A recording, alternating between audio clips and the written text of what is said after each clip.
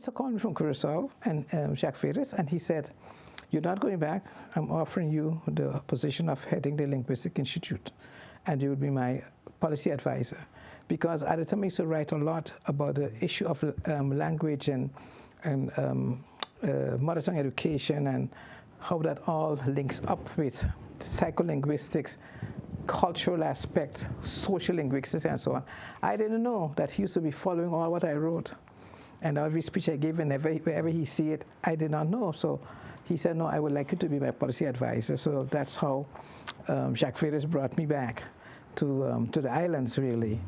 And I remember when I arrived, and I was a speaker at the teacher conference, and I said that I said that Dutch was a dead language in this society. And believe you me, they almost battled me back. They almost battled me back out of cinema. And some of our own people, some of our own people were, how dare I speak like that, and so forth. No, I've made enemies on day one. Because I said, no, you cannot be enforcing a language that is gagging our people. And it's not letting them express themselves. You cannot let kids study a language that they don't dream in, pray in, and talk to their moms in. So I said, and as a matter of fact, the Dutch is a dead language anyway. And oh my God, it was a big offense to many people in this society. Even those, by the way, who don't even speak Dutch, they can't speak it. Yes, huh? But they felt that crossed the line. Yes, that was nice. Well, Jacques Ferris is quite interesting because I want to just jump back to him in April of 1984. That's how far back we go. I interviewed him on Speaking of Everything. He was my fourth guest in 1984. That's way back. That's way back. He was such a progressive person. Yes. Very knowledgeable. Yes. We had a very good relationship. I would be in Curacao a lot and also assisting him. But you know what? When I became minister, I had him as one of my advisors. And you were the first female minister from the Windward Islands. Yeah. And at the time, we didn't have no female ministers. Right. That was in the cabinet, Don Martina 4, right? And how was that? That was great. It's just that issue. Remember that issue between Sabre and Stacia? That Stacia wanted to have a station as minister. Mr. Johnson asked me. I did not know that share up the 4-year pie, that I would be 2 years there and somebody else would come 2 years. And at one point, I felt very much attacked by the politicians in Stacia because they want to put their own person. And so at one point I said, guys, look, I was asked. I didn't run on a slate. I was asked to represent these islands, and I think I did to the best of my ability. Mr. Will Johnson. Yeah. You understand? But apparently Mr. Kenneth van Putten had somebody else in mind, and he would make on his political podium, he would make an issue that this woman from St. Martin, blah blah. So I told him, I said, listen, guys, I out of here. Yeah, Stacia is always a problem. Yeah, I'm a professional, and regrettably, the person who came after me. That was Woodley? That was Woodley. Regrettably, he didn't have an easy time because he had to walk in my shoes, and everywhere he went, he kept putting his head, He got blows, I remember. He got blows. He got blows. I don't think he could have handled it, but he got blows. He got blows. Yeah. My advantage was, first, I speak the several languages. I know Papiamentu. I know how to move around. Before that, I was very much involved with women movement in the Netherlands Antilles, so I had a whole movement around me. I was involved with the cultural development in the Antilles. Remember, they had Festa Antille, and here in St. Martin, we had Smafestac. So I was already known in the islands. You know what I'm saying? And I know more or less which strings to pull. I always tell my kids, sometimes money is not that important. The right contacts will open a lot of doors for you. So I had that privilege that I had. What year was the year between what year that you served as minister? I served as minister in 1986. 86. I was in the first cabinet after Aruba left. Okay. So I was also in several meetings with the Aruban delegation. And I remember one meeting where they walked out. It wasn't easy at all. It wasn't easy. And I felt terrible because I was one Aruba, and I knew some of those people. So I asked myself, Martina, if I could go to the airport at least and see them off, because they had this fight also about the air rights. Right. Whether Curacao planes could fly over Aruba and all kind of stuff. I mean, that wasn't easy, but. And it was also the time, as a matter of fact, during which Betico Cruz had passed away. And so the entire cabinet of the Antilles went to Aruba.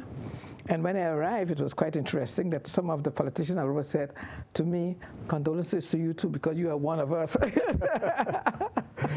Because I knew Betico, you know. It's interesting you mentioned Betico because the late Vance James Jr. had arranged an interview between Betico Cruz and myself, and this was 1980. Early 1981. Yeah. And he was just unbelievable. I've never interviewed a politician like him in my life. Yeah, he was something else. Yeah. I'm grateful to him because I remember at one point when I had finished the so-called MULO in Aruba and I was going to look for a job because I couldn't get a scholarship, but they kept saying I was too young. I went to him. I had to take in my mother's. He was like a commissioner of labor. I had to take in my mother's workbook. She had just had a baby and they had to sign it off. Yeah. And I told him what I want to do. And he said, wait, didn't I see your name in the newspaper this week that you were one of the people who graduated and so on. So I said, yeah, but I know I'm looking for a job. And he said, under no condition. He sent me to Curacao. He makes sure that I go back to school and go to Curacao to the Maria Immaculata and so forth. I'm grateful to him, you know, yeah. that he said, no, you're not going to go work. If you can't make it to Holland, at least you can go to Curacao and further a bit more of your studies and so forth. Yes. He was quite a champion for Aruba and for yes, but he had vision. Yeah, and he was fearless. And he was fearless. He had vision. You know, he wasn't doing underhand things and being led by outside forces. He had vision for his people. He put that in front. He had vision for his people.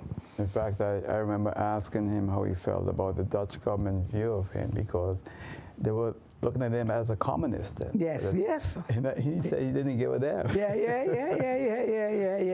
They looked at him as a communist. Yes. Well, when I came here, as I just tell you, they had me also on the security list, and I was pinched about it, and I had to laugh. I said, "But really, you know? But it's okay." Yeah, they have that list of a number of people. Don't worry, I'm on it too. You on it? But you know, it's quite interesting how things change. Yes. You know, and how the sacrifices that people like yourself have made over the years. Yeah, it wasn't easy. And the great thing is that despite the fact that I was listed on the security list, which I understand, when I was asked to become minister, you know, there were some people here in St. Martin who called politicians in Curacao and protested and said that I'm not a real Dutch because I married a Nigerian. Really? To block my ministership, yes. Oh, because when I was approached, I never said a word to anyone, right? I just told Mr. Bill Johnson at the time, I have a sick child. That young man would just drop me off there. He was a sick baby. And I have to really pray about it before I decide to do this. Yeah. I must say his father really gave me the full support and said, don't worry about it. You know, you go, because that was always my dream. Anybody who knew me as a student in Holland, I always would say, when I get back to St. Martin, when I get to the Antilles, because I didn't really choose St. Martin initially, I am going to be involved in education, and I am going to be a minister of education. That was my mouth. You know, you have to look what you say in your mouth. So I got full backing from Barry Joe at the time, and I didn't say anything. And then the news was out that a woman from St. Martin is going to be a minister for Save and Statia. But nobody thought of me. They thought of all kind of other people. Yeah. Because don't forget, at the time I was, I think, almost the youngest minister too. So they thought of all kind of other people. They didn't think of me. You know, it was even so crazy that when I arrived in Curacao with my family, my two small little children at the time, I looking around because they told me a driver would come and pick me up. I'm playing with the children on the tarmac. I'm looking around for a driver, no driver. So eventually I come out and I took a taxi. And then the next day the driver said, I went to the airport, but me see her. But he saw me, but he just didn't think it. You probably expected a white woman? Exactly. That's what he expected, an older woman and a white woman. That's what he expected. Exactly. You are totally correct. Yeah.